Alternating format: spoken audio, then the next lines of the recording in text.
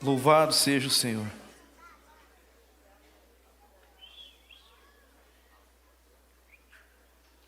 Nesse espírito de alegria, de muita gratidão a Deus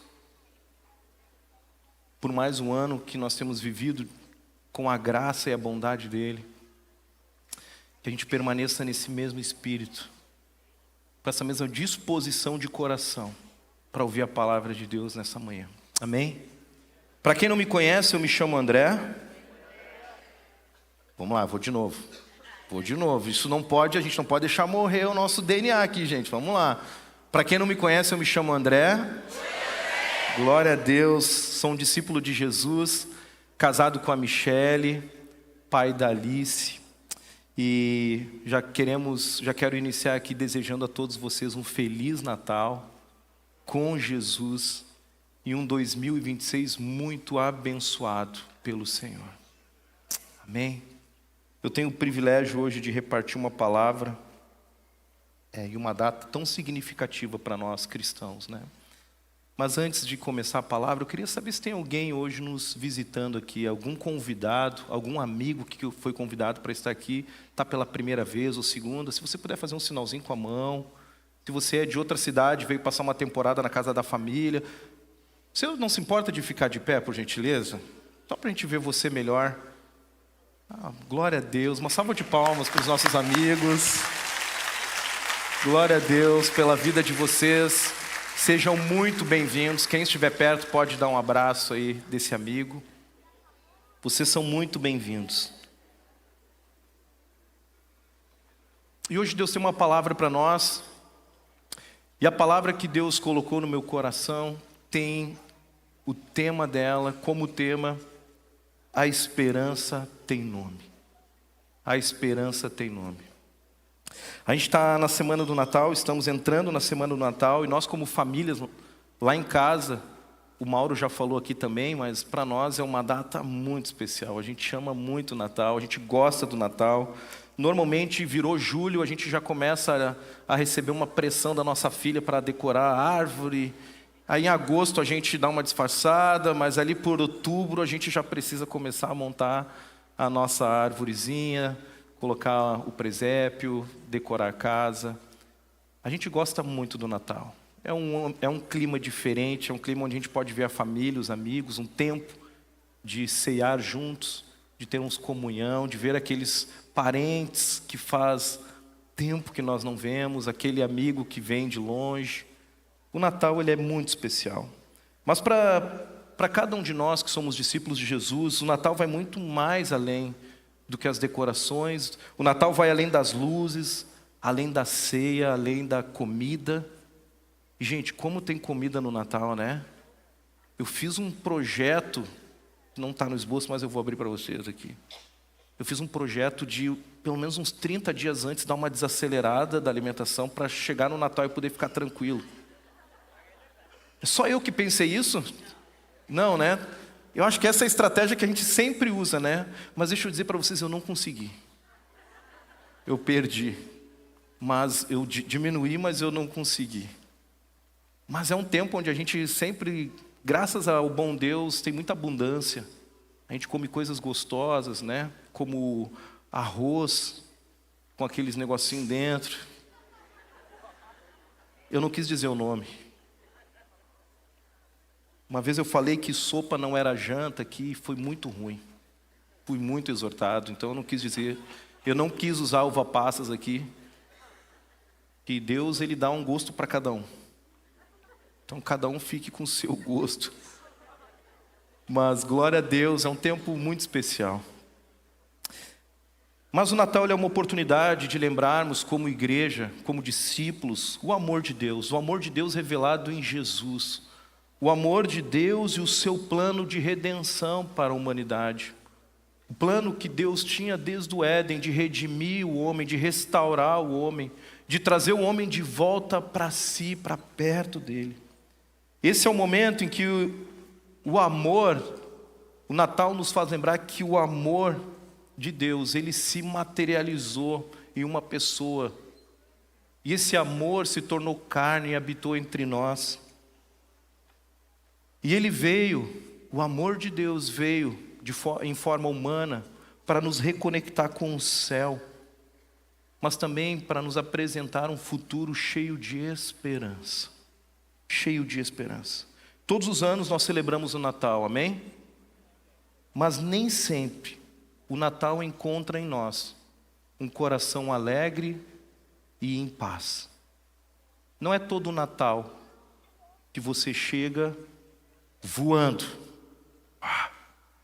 Tem momentos na vida que nós chegamos no Natal, onde o nosso coração está confuso, em desespero, com dúvidas, medos, receio.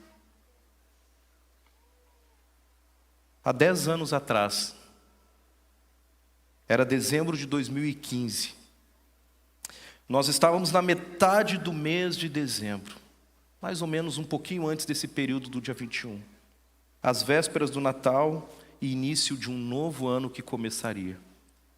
Um ano que prometia ser o ano da nossa vida, 2016. Aos nossos olhos humanos, parecia ser o melhor ano, ou um dos melhores anos da nossa vida.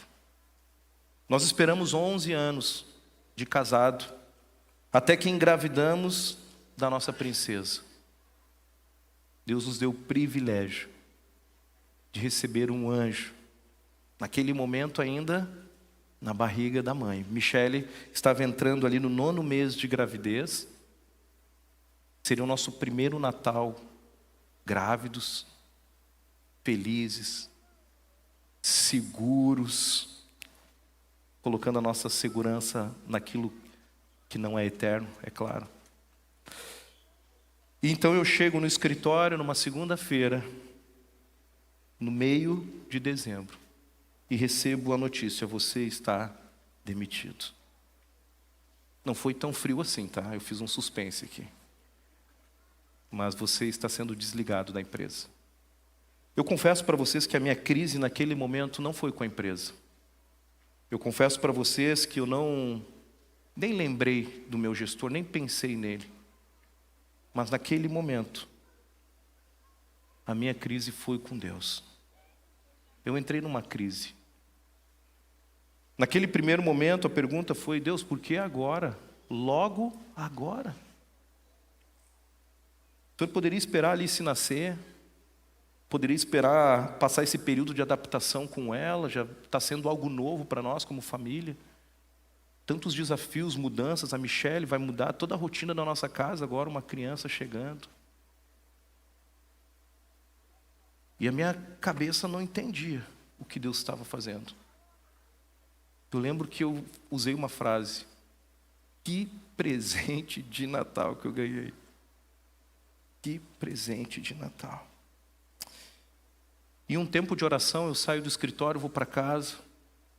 No mesmo dia, eu me ajoelho na sala de casa. A Michele não sabia ainda daquela demissão, eu estava preocupado com a gravidez. Ela estava no 9º mês. Eu pensei, se eu contar agora, ela ganha o bebê lá no escritório.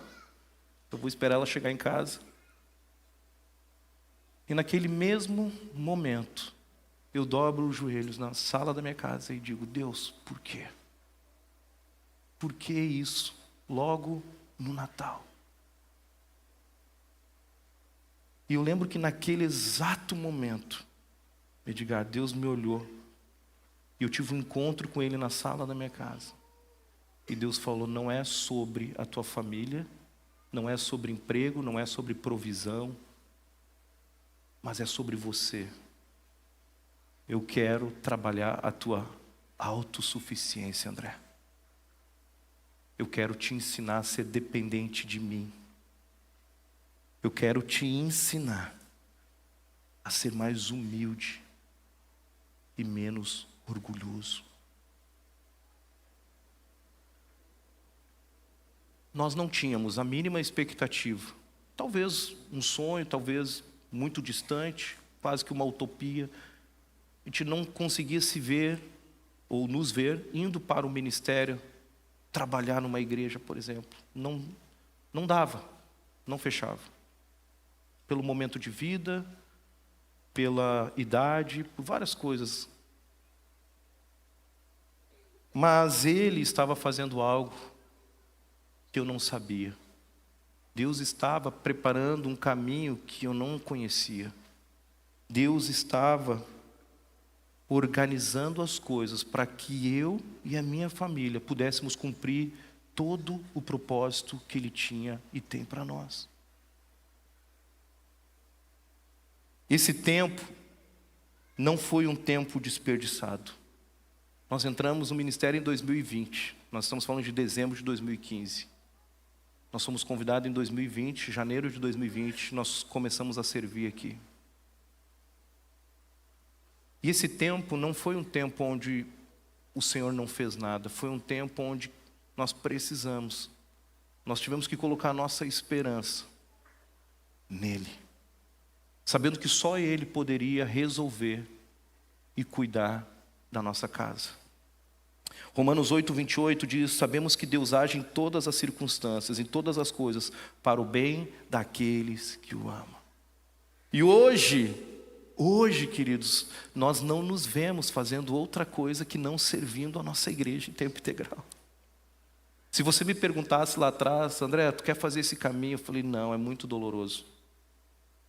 Olhando para a trajetória, para a jornada, se Deus tivesse me contado, eu teria agradecido, dito: Deus, muito obrigado, mas eu vou continuar aqui. Mas a Bíblia diz que os planos dele são maiores e melhores do que os nossos, amém? São muito maiores, infinitamente maiores. Os caminhos que Ele tem para cada um de nós são incontáveis. O propósito que Ele tem para cada um de nós é imensurável. Nós não podemos medir.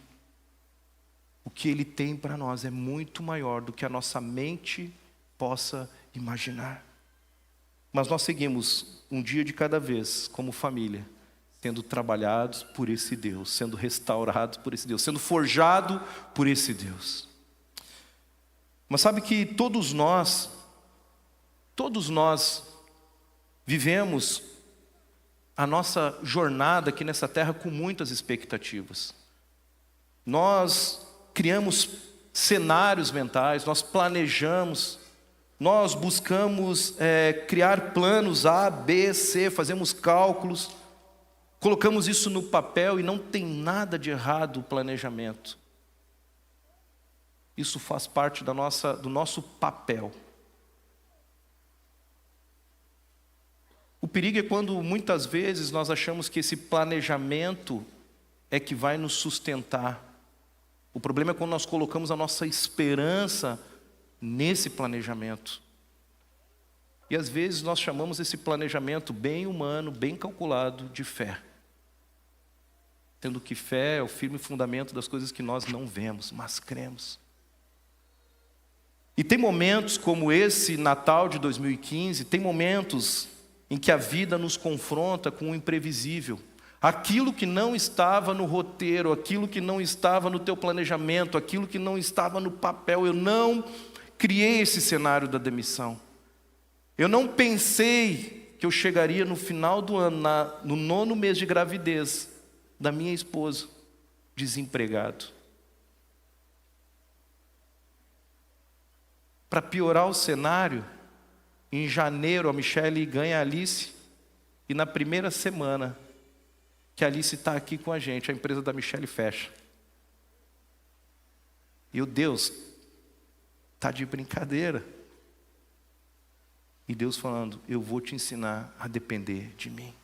Coloca a tua esperança em mim, que tu não vai ser frustrado. Há momentos na vida que somos confrontados com o imprevisível. E é nesse momento que nós conseguimos discernir se o que nós temos são expectativas ou esperança.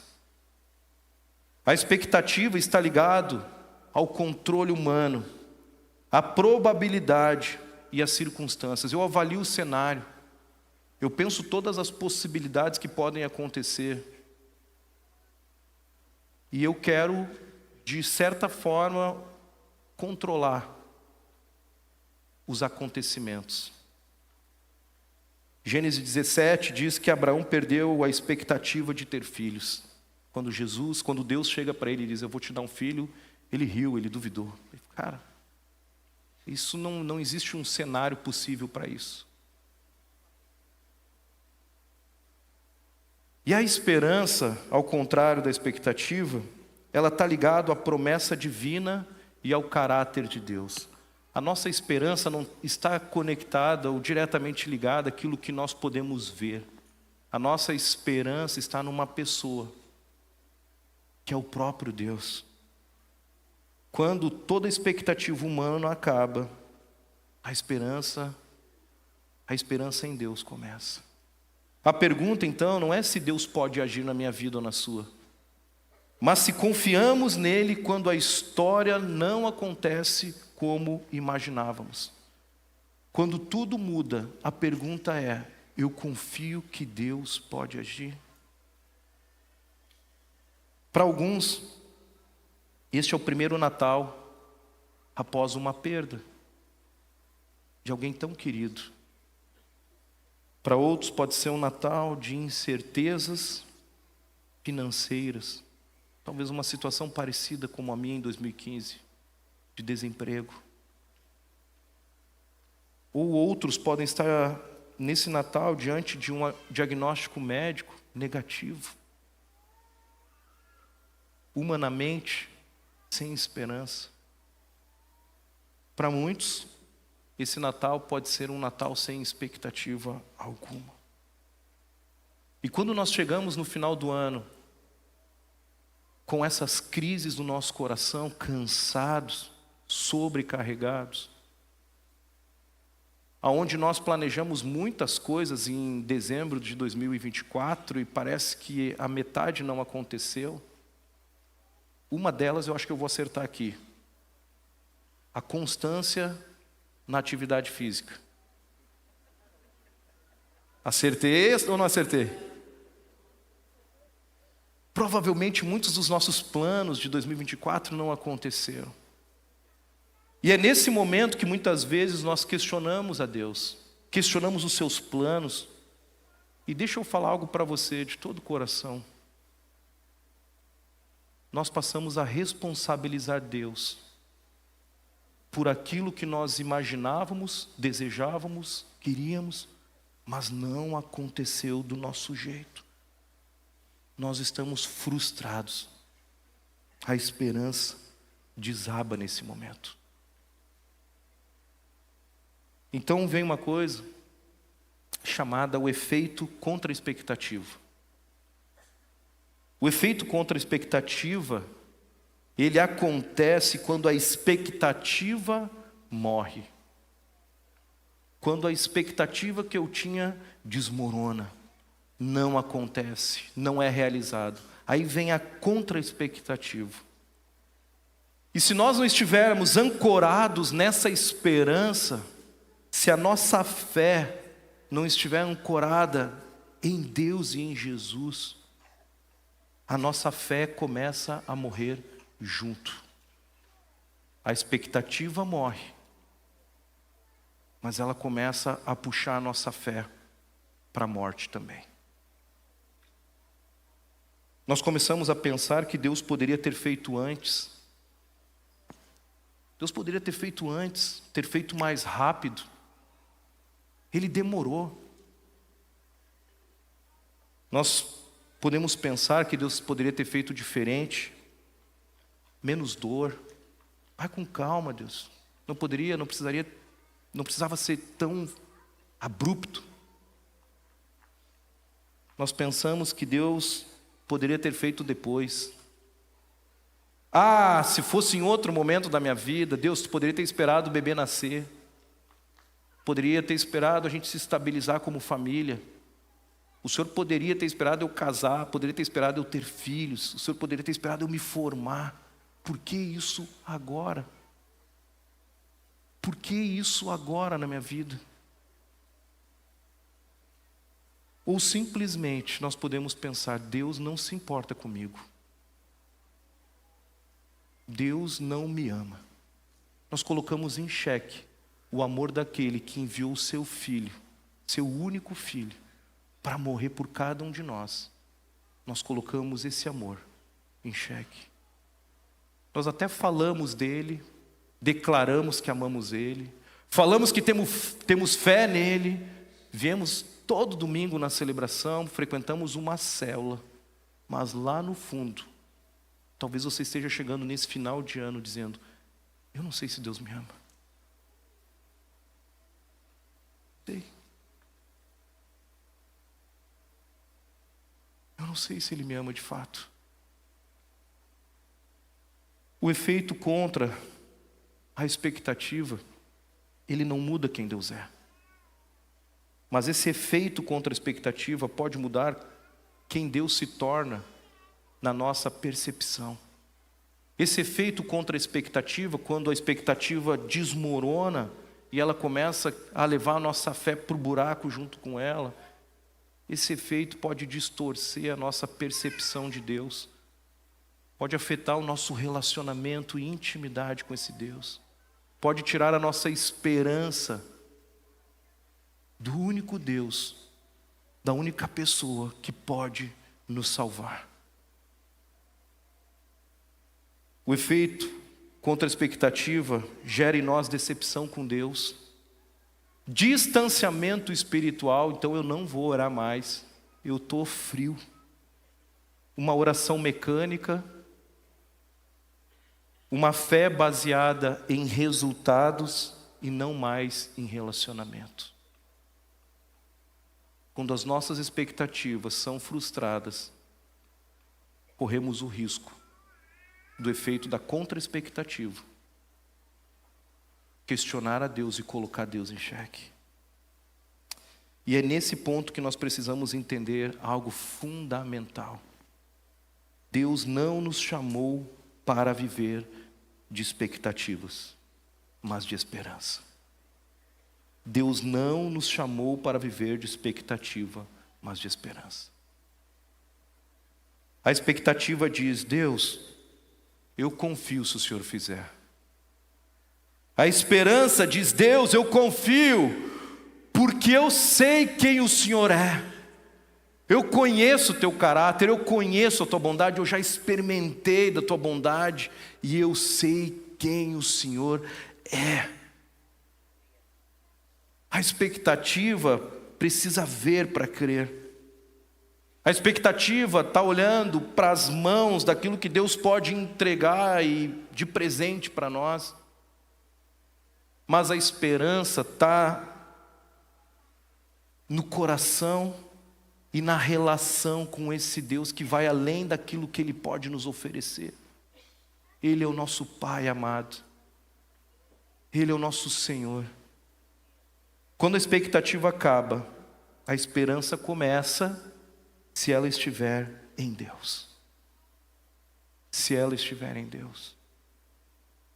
Muitos celebram o Natal com as casas, com suas casas, ou sua casa cheia de luzes, decorada.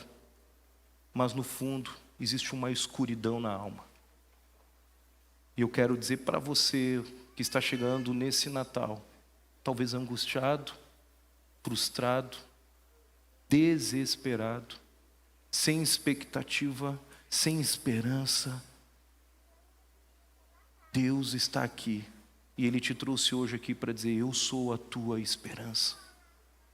Talvez a grande pergunta do seu coração hoje não é como será o próximo ano, como será 2026. Mas a pergunta do seu coração hoje, ou nesse final de 2025, está sendo: ainda existe esperança? Ainda existe esperança? Para mim, meu casamento já acabou. A minha empresa já está quebrada. Eu não sei mais o que fazer. Ainda há esperança. E é exatamente isso que o Natal quer responder para nós. É lembrar que nasceu, que a esperança nasceu. E que existe sim esperança quando Deus entra na nossa história e passa a fazer parte da nossa história. André, mas eu sou discípulo de Jesus. Tudo bem, mas você pode estar vivendo como discípulo de Jesus sem trazer Deus para a sua história. Você está querendo construir a sua história e pedindo para Deus assinar embaixo. Ao invés de viver a história de Deus nessa terra e dizer: Deus, eu quero somar com a tua história, me conectar com o Senhor, dar as mãos ao Senhor para viver o que o Senhor tem nessa terra. Para mim, é sobre a história de Deus. A esperança não é sobre aquilo que nós construímos. A esperança não é um sentimento passageiro, estou com esperança, estou sem esperança. A esperança não é um otimismo humano, vai dar certo, vai dar certo, vai dar tudo certo. Não. A esperança não é um pensamento positivo. Pensa que vai dar certo agora.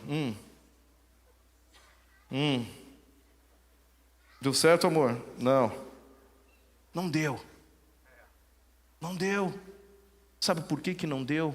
Porque a esperança é alguém que nos encontra. A esperança é alguém que vai na nossa direção. A esperança tem nome, tem rosto, tem uma história. A esperança é Jesus Cristo de Nazaré. Ele é a nossa esperança. O Senhor é a nossa esperança. E a esperança tem nome. Como igreja, hoje, essa celebração, você já sabe que Jesus é a tua esperança. Mas a pergunta de Deus para nós é: onde está a tua esperança, igreja de Jesus? Em quem você tem confiado, igreja de Jesus? É sobre isso que nós vamos falar com a igreja. E para você que está nos visitando, é nosso convidado, nós queremos apresentar para você hoje quem é a nossa esperança. Nós queremos apresentar para vocês alguém que não só pode mudar a tua história aqui nessa terra, mas pode mudar a tua eternidade.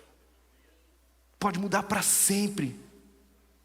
Para sempre a tua eternidade.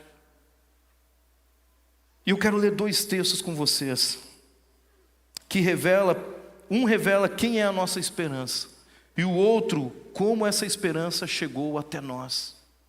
Romanos 15, Paulo nos mostra quem é a nossa esperança. Romanos 15, 13 nos diz que o Deus da esperança os encha de toda alegria e paz, por sua confiança nele, por sua fé nele, para que vocês transbordem de esperança pelo poder do Espírito Santo. Paulo aqui escreve à igreja em Roma, que era uma igreja composta por judeus e gentios. Havia ali muitas tensões culturais, julgamentos, existia uma dificuldade no relacionamento. No capítulo 15, Paulo começa orientando eles, dizendo: ei, sirvam uns aos outros, agradem uns aos outros, cuidem uns dos outros, não se preocupem consigo mesmo. Paulo ali estava querendo levar a igreja a uma maturidade, a um amor, a unidade. Esse era o desejo de Paulo ali. E ele fecha o versículo 13 com uma oração pastoral, uma oração de alguém que estava preocupado em manter a unidade do corpo. Ele aponta para a esperança daquele povo.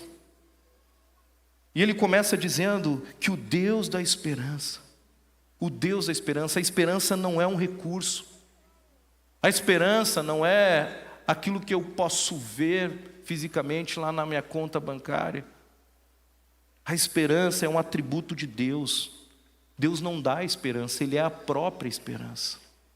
Ele é a nossa esperança. E Ele segue dizendo que esse Deus os enche, que vocês vivam na plenitude, que vocês saiam da superficialidade, mas que vocês sejam enchidos por uma alegria e uma paz interior que o mundo jamais vai entender.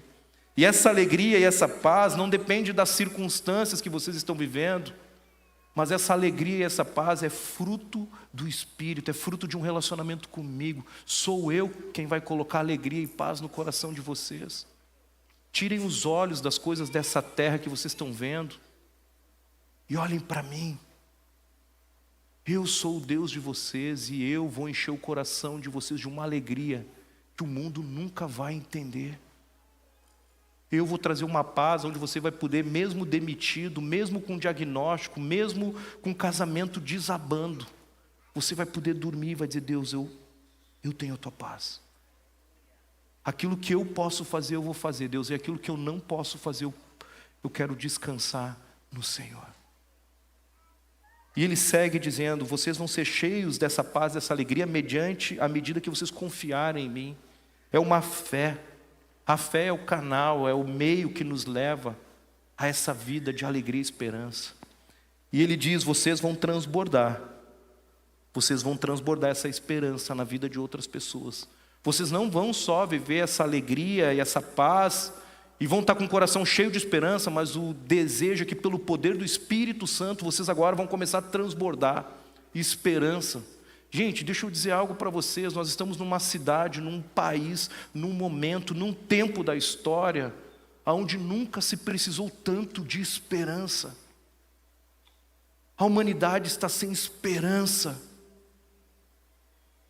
Se nós enxergamos homens e mulheres de Deus hoje sem esperança, você imagina quem não conhece a Deus.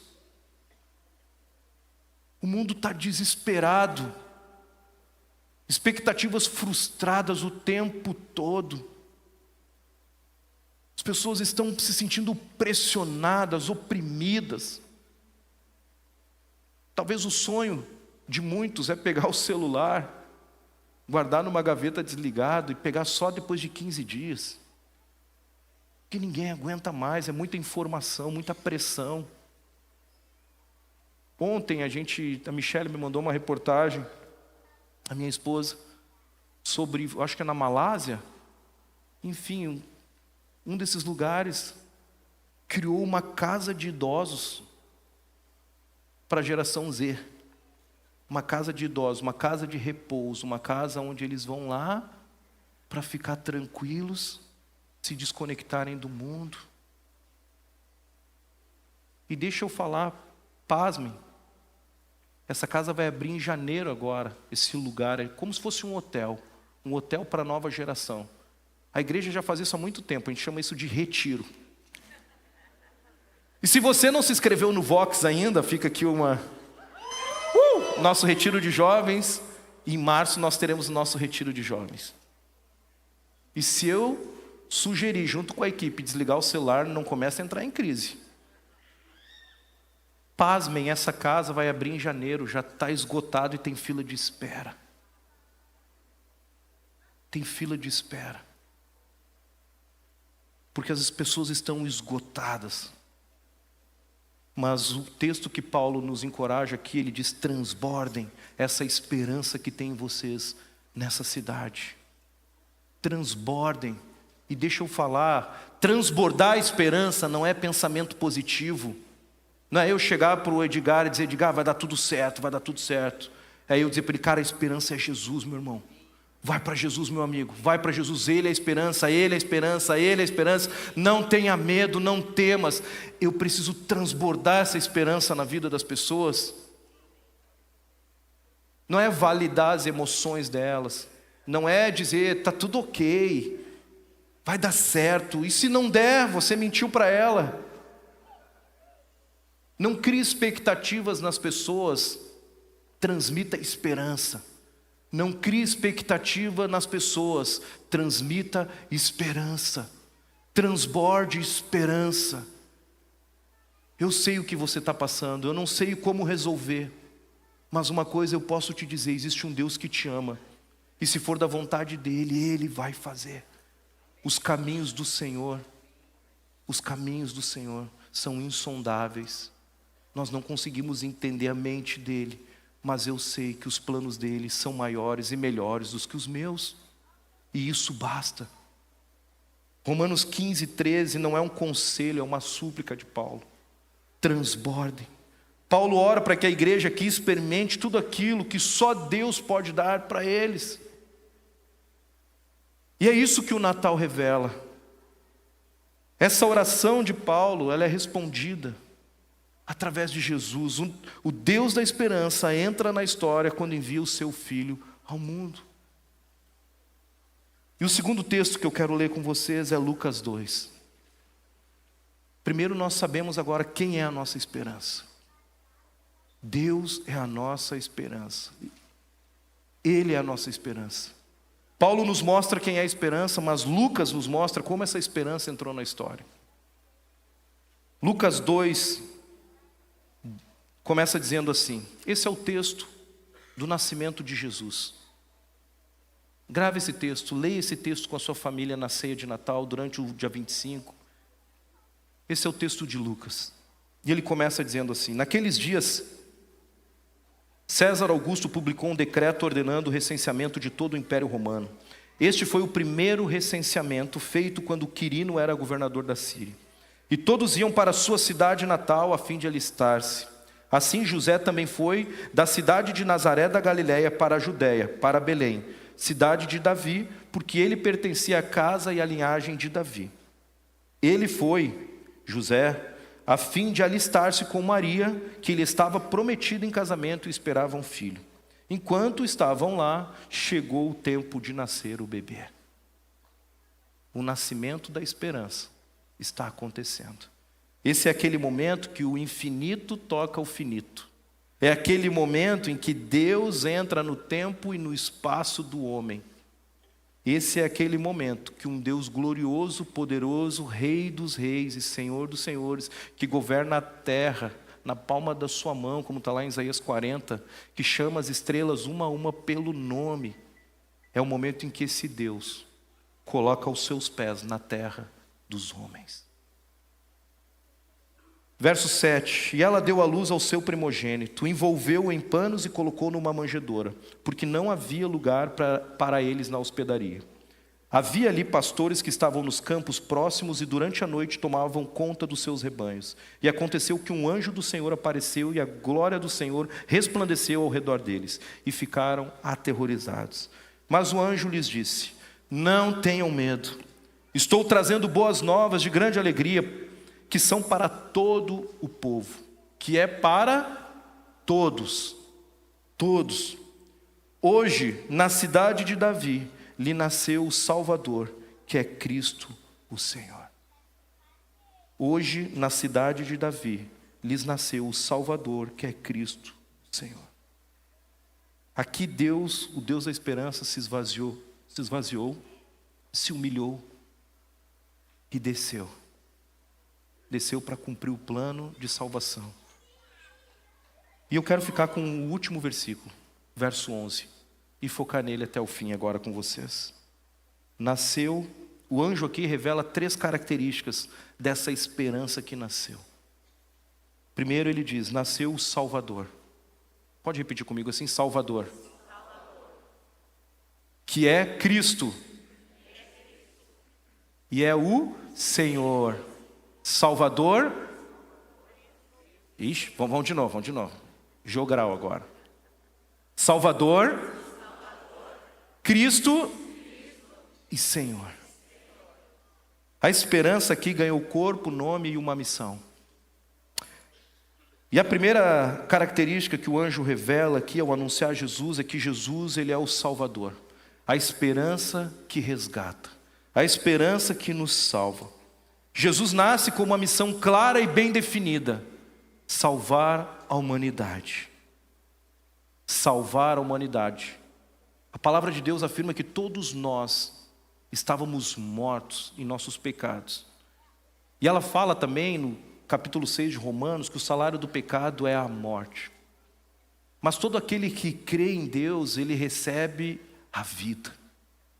Então a missão de Jesus aqui era trazer para o homem salvação, reconectar o homem com o Criador, com o Pai, com um Deus Todo-Poderoso.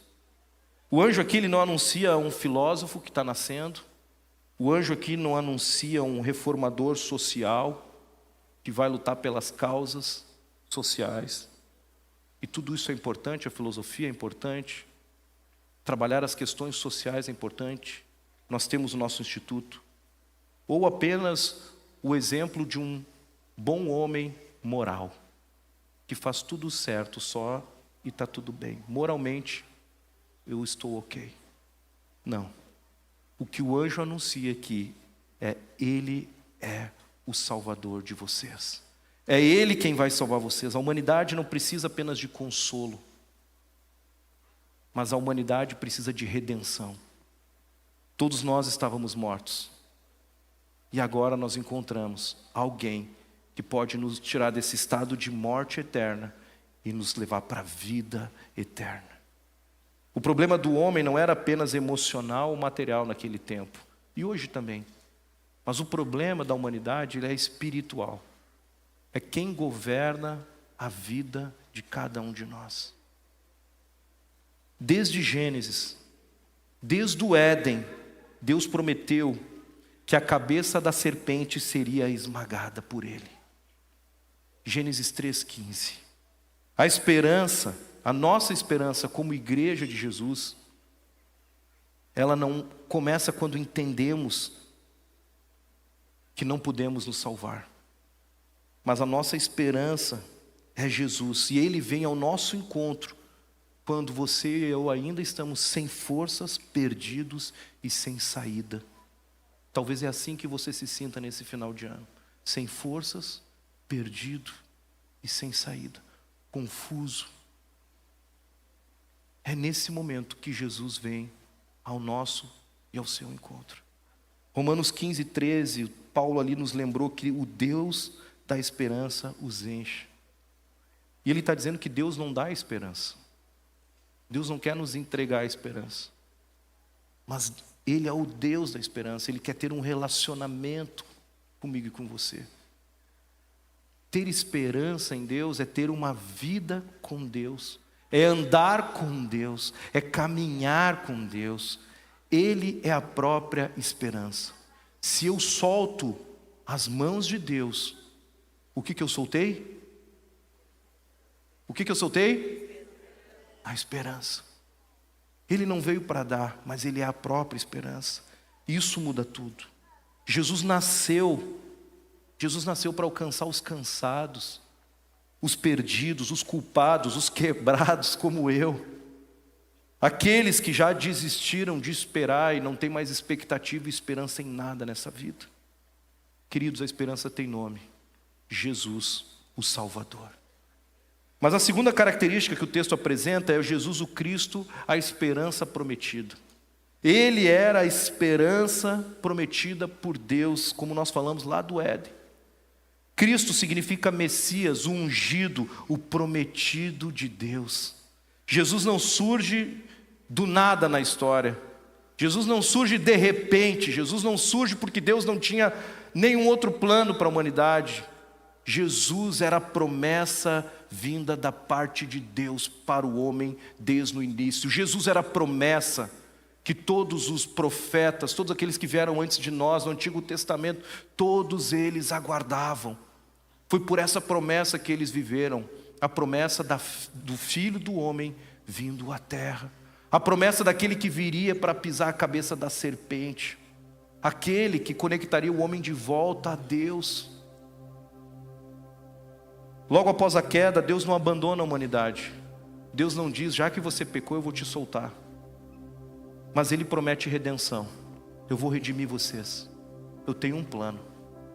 A esperança vai nascer. Desde Gênesis, Deus aponta para um Redentor. Isaías 9:6, como o Mauro já leu aqui, também é um texto onde o profeta Isaías, séculos antes de Jesus chegar, ele já falava dessa esperança. Ele diz assim: porque um menino nos nasceu, um filho se nos deu, o governo está sobre os seus ombros e o seu nome será... Ah, queridos, você precisa de conselho. Ele é um maravilhoso conselheiro.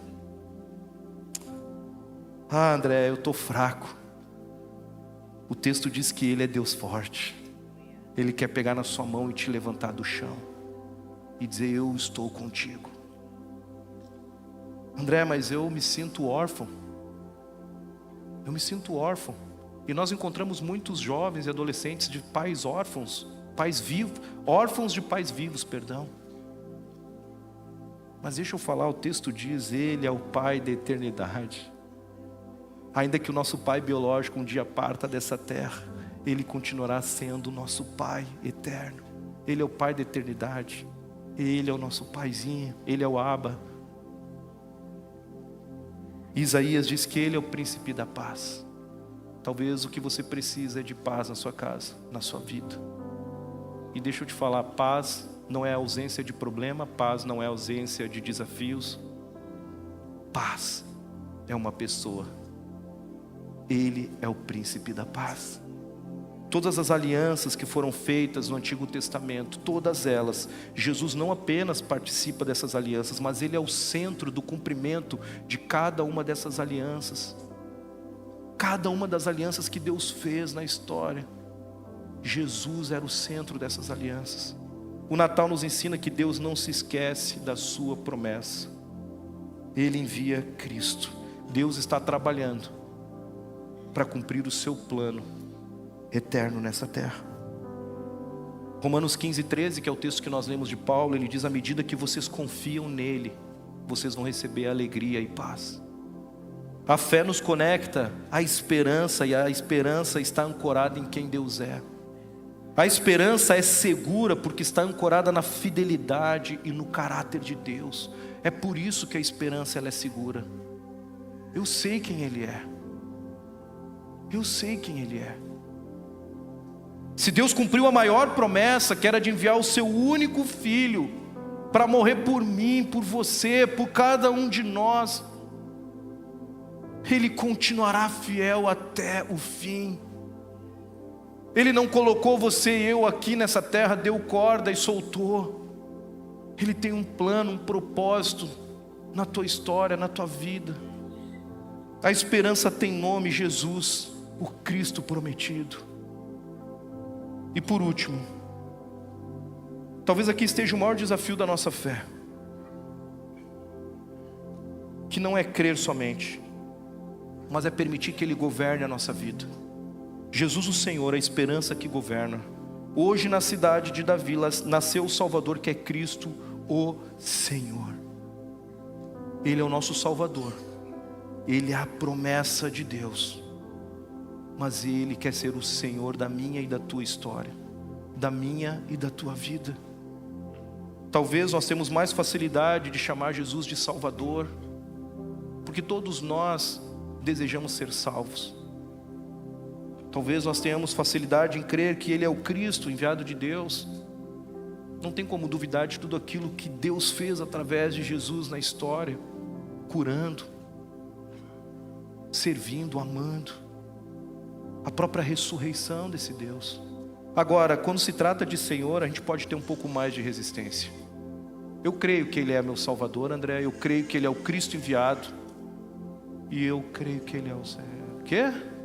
Que Ele é o Senhor na minha vida. Que Ele é o Senhor da minha vida. Chamar Jesus de Senhor é permitir que Ele entre em cada canto do nosso coração, que Ele vasculhe cada canto, todas as áreas da minha vida. Dizer que Ele é o Senhor é dizer para Ele: ei Senhor, vem, governa a minha vida, faz o que o Senhor quiser de mim. Senhorio, o Senhor fala de autoridade, fala de governo. Senhor fala de entrega.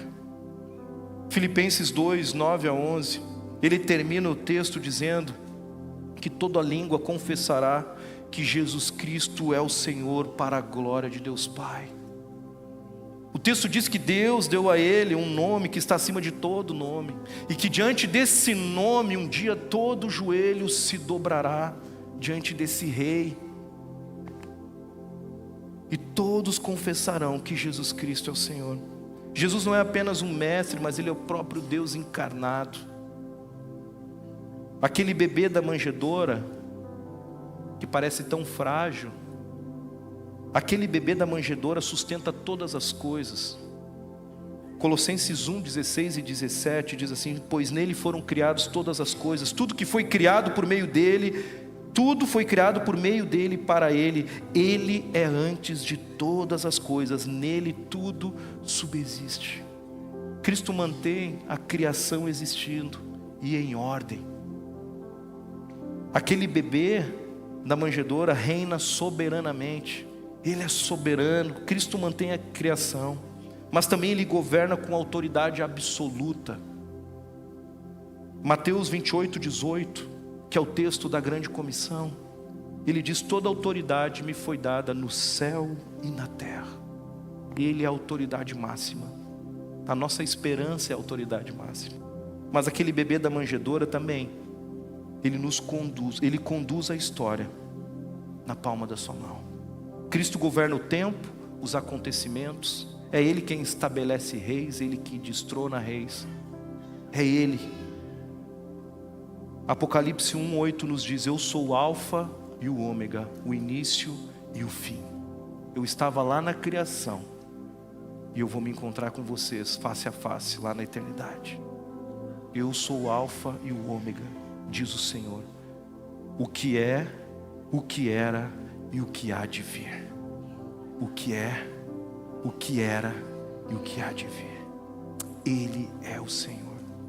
A verdadeira esperança não está apenas em saber que Jesus nasceu, mas permitir que Ele reine e governe a nossa vida.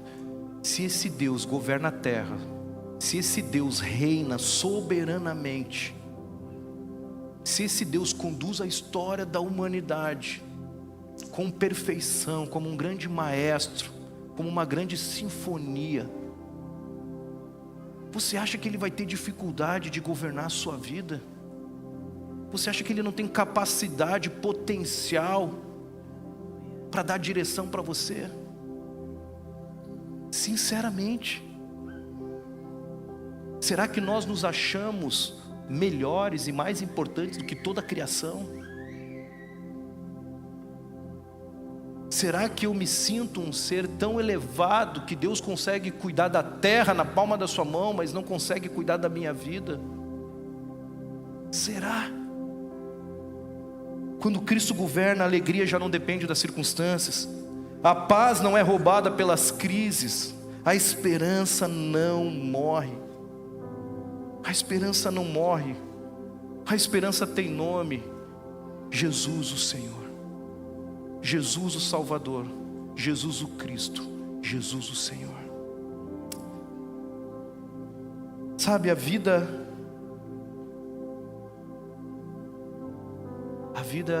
é feita de encontros e desencontros. Se eu perguntar aqui quem tem uma vida fácil desde que nasceu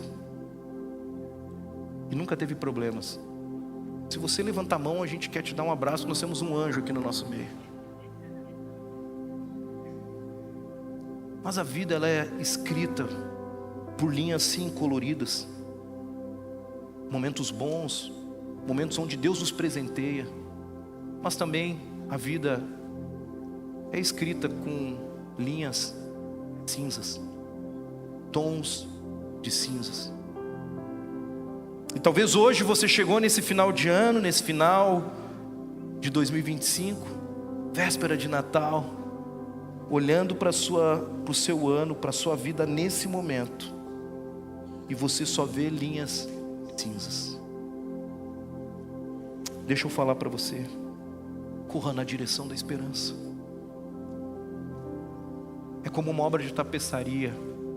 As linhas cinzas e as coloridas, elas vão sendo escritas e você não vai entendendo. Elas vão se cruzando. Às vezes nós vamos no hospital de manhã visitar uma família que ganhou bebê, e de tarde nós estamos fazendo um sepultamento.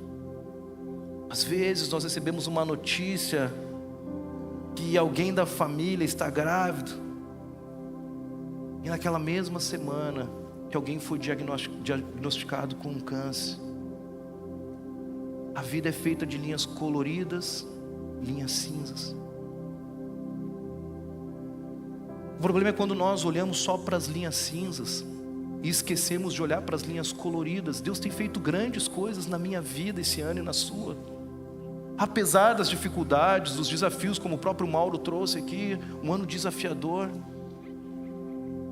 Nós achávamos que 2024 seria o ano mais desafiador da nossa vida, e foi muito.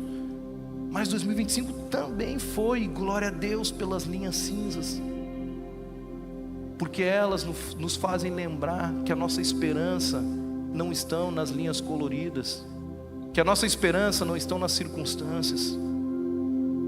Quando o imprevisto chegar, quando chegar aquele momento imprevisível que não estava no seu planejamento,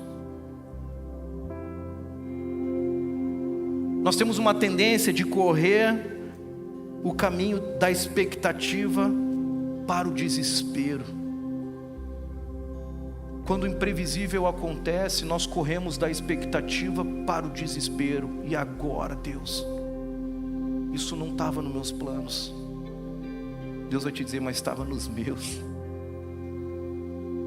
Ao invés de correr da expectativa para o desespero, Deus nos convida a correr um outro caminho. Deus tem para cada um de nós um novo e um vivo caminho. Um caminho de glória, um caminho de encontro com a glória dEle. Custe o que custar. Quando aquela expectativa não for realizada ou for frustrada, percorra o caminho do desespero, da incredulidade, em direção à esperança. Ao invés de sair da expectativa para o desespero e entrar na incredulidade, saia do desespero, saia da expectativa e corra em direção à esperança. Cristo é a nossa esperança, Jesus é a nossa esperança. Não existe outro Deus, não existe outro Senhor. Ninguém pode governar a terra se não for Ele. Ele é o Cristo, Deus enviado, o próprio Deus. Ele era 100% Deus e 100% homem. Ele não pecou, Jesus não pecou. O Natal nos leva até a manjedoura, nos lembra do bebê, mas a história não termina na manjedoura. A esperança nasceu pequenininha, mas havia um caminho para ela percorrer. O bebê caminharia agora na direção da cruz. A manjedoura aponta para a cruz e o material dos dois era o mesmo. Era uma madeira. Jesus nasceu na manjedoura. Ele foi criança e hoje nós temos muitas crianças aqui no auditório. Glória a Deus pela vida de cada um de vocês. A gente pode dar uma salva de palmas para essas crianças. Jesus ama as crianças. Ele diz, deixem vir a mim os pequeninos. Mas ele foi adolescente. Tem adolescente aí? Levanta a mão. Os adolescentes aí, de 13 a 17 anos aí. Aê! Uma salva de palmas para os nossos adolescentes. Glória a Deus. Mas ele também foi jovem. Tem jovem aqui de 18 a 29? Levanta a mão aí os jovens aí. Uma salva de palmas para os jovens. Mas ele foi adulto também. 30 a mais. Quem é 30 a mais aí? Levanta a mão aí. Uma salva de palmas para essa galera 30 a mais. Nós somos uma igreja. A igreja de Jesus, ela é multigeracional. Jesus comeu. A esperança bebeu com os amigos, mas também comeu e bebeu com os rejeitados e excluídos. Ele ensinou, curou, ele amou, ele sorriu, ele cansou. Você está cansado? Tem alguém cansado aqui? Sinceramente, tem alguém cansado aqui? Jesus cansou também. Você é de carne e osso.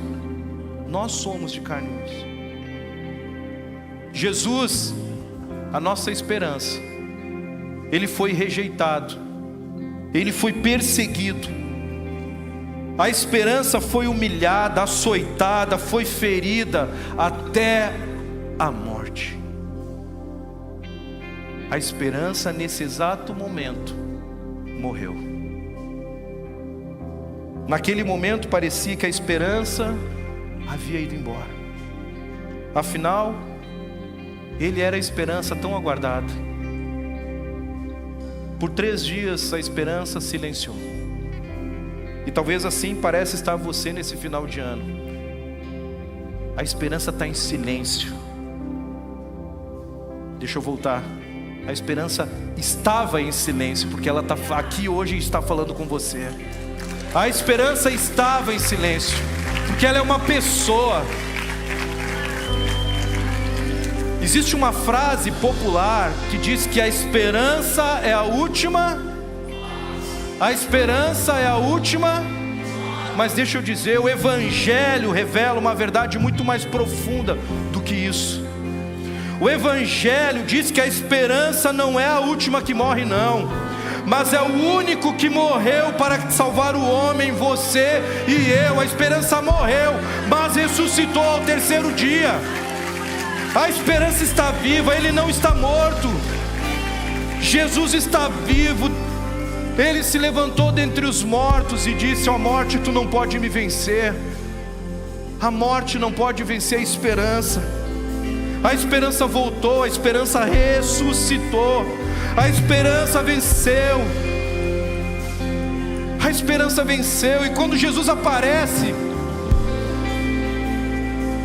tem 3 coisas que ele fala para alguns de seus discípulos em momentos diferentes.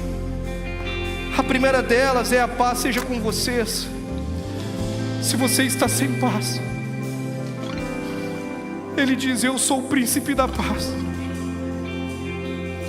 Eu sou o Senhor que quer dar paz para a tua vida. Eu quero fazer você dormir tranquilo. Eu quero ser a tua paz. Mas ele diz também: não tenham medo. Para um outro grupo ele diz: não tenham medo. Não tenham medo, ei, não tenham medo, mulheres, sou eu. Não tenham medo do amanhã, não tenham medo de 2026, porque ele já está lá, ele é o futuro. Ele é o mesmo ontem, hoje e eternamente, ele não muda. Ele está lá. Mas ele também diz: eu estarei com vocês todos os dias até a consumação dos séculos. Você não vai andar sozinho no próximo ano. Você não está sozinho no meio desses desafios. Não temas. Não temas. Igreja Batista Monte Serra, Igreja de Jesus, Deus tem uma palavra para nós hoje. E a palavra de Deus para nós é hoje: não tenham medo.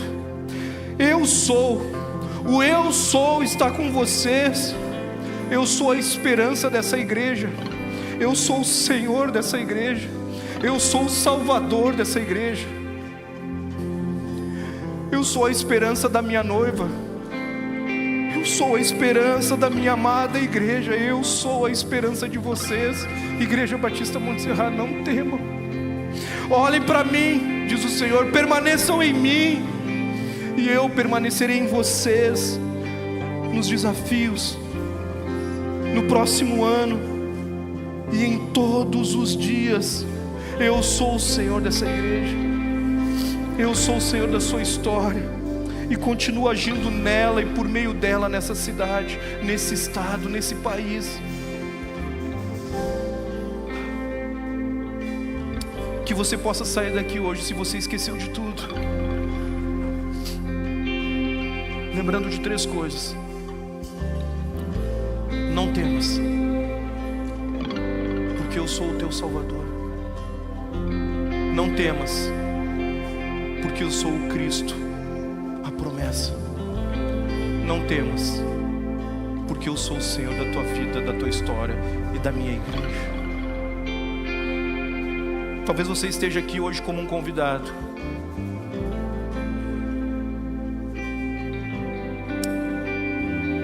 E você veio para mais uma celebração de Natal. Mas Deus marcou um encontro com você hoje aqui. Deus quer falar com você. Deus já falou com você. Essa voz que você ouviu, está ouvindo dentro de você, ela não é minha. É a voz do próprio Deus dizendo: eu te amo. Foi por você que eu morri naquela cruz. Eu nasci e morri para te reconectar comigo. Hoje a grande pergunta não é se você conhece a história do Natal, mas a pergunta é de Deus para nós: onde está a tua esperança? Talvez o Natal, esse Natal, seja um recomeço na tua história. Talvez esse Natal seja um momento de entrega total. E talvez esse Natal seja uma linda oportunidade que Deus está te dando de tomar uma decisão, de dar as mãos a Ele, a história dele nessa terra, e viver para a glória dele até o fim. Queria convidar você a ficar de pé, por favor.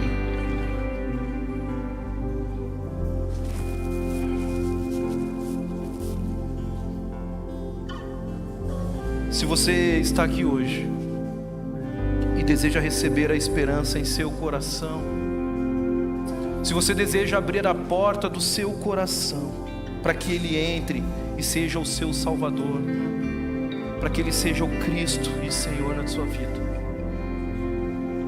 Jesus está dizendo para você, querido: eu estou aqui. Ele está dizendo: ei que estou à porta e bato.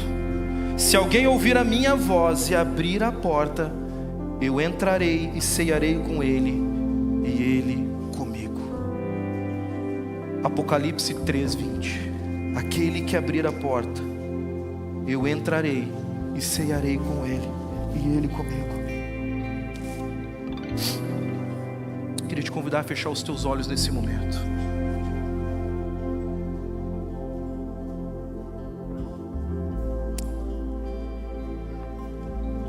Essa oração é com a igreja de Jesus agora.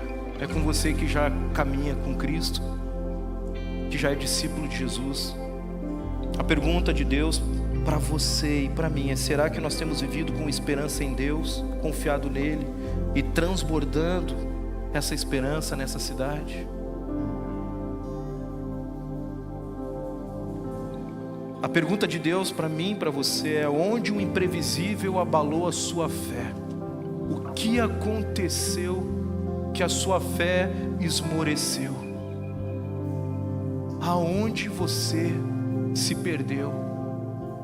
O que tem tornado o teu coração inquieto, desesperado, abatido?